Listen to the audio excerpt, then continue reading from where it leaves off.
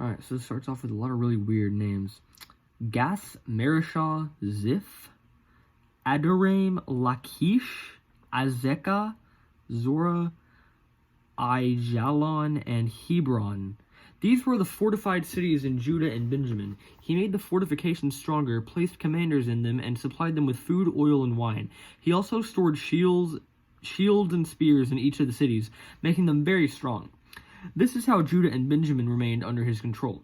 The priests and the Levites from every region throughout all Israel sided with Rehoboam. I don't know how to pronounce any of this. Yeah, the Levites left their pastures and property to come to Judah and Jerusalem because Jeroboam and his sons had refused to let them serve as the Lord's priests, having appointed his own priests for the shrines and the goat and calf idols he had made. People from every tribe of Israel who had made up their minds to seek the Lord Israel's God, oh my god, I'm so tired, came to Jerusalem to sacrifice to the Lord, the God of their ancestors. They strengthened the kingdom of Judah and supported Rehoboam, Solomon's son, for 3 years by following the way of David and Solomon for those 3 years. Rehoboam, married Mahalath, daughter of Jeremoth, David's son, and Abihail, daughter of Eliab, Jesse's son. These sons she bore him were, some names. Later he married Maacah, some stuff. Whatever. Rehoboam loved Absalom's daughter Maacah more than all his wives and secondary wives. In all, he had 18 wives and 60 secondary wives. That's a lot of side thoughts right there. 28 sons and 60 daughters. He be simping. Rehoboam named Abijah, Maacah's son, as his successor in order to make him king. He wisely placed some of his sons in every region of Judah and Benjamin, in every fortified city, and gave them plenty of food and sought many wives for them. But as soon as Rehoboam had secured his royal power, he, along with all Israel, abandoned the Lord's instruction. Satanism.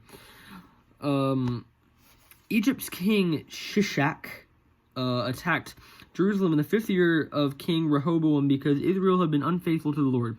Accompanying Shishak from Egypt were 1,200 chariots, 60,000 horses, and countless Libyan, Sukkite, and Cushite warriors. He captured the fortified cities of Judah and came toward Jerusalem. Then the prophet went to Rehoboam and the leaders of Judah who had gathered at Jerusalem because of Shishak and told them, "This is what the Lord says. Since you have abandoned me, now I am abandoning you to Shishak's power." Then the leaders of Israel and the king submitted. "The Lord is right," they said. When the Lord saw that they had submitted, the Lord's word came to Shemaiah. We'll say that. "Since they have submitted, I won't destroy them. I will deliver them in a little while, and I won't use Shishak to pour out my anger against Jerusalem. Nevertheless, they will be subject to him, so that they learn the difference between serving me and serving other nations." Egypt's king attacked Jerusalem and seized the treasures of the Lord's temple and royal palace. He took everything, even the gold shields Solomon had made. King Rehoboam replaced them with bronze shields and assigned them to the officers of the guard who protected the entrance to the royal palace. When Rehoboam submitted, the Lord was no longer angry with him, and total destruction was avoided. There were, after all, some good things still in Judah.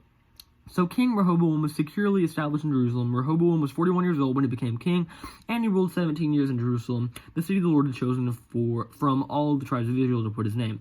His mother's name was Naamah from Ammon, but Rehoboam did what was evil because he didn't set his heart on seeking the Lord. The deeds of Rehoboam from beginning to end, aren't they written in the records of the prophet Shemaiah and the seer Iddo, including the genealogical records? Imagine if that wasn't even page 420.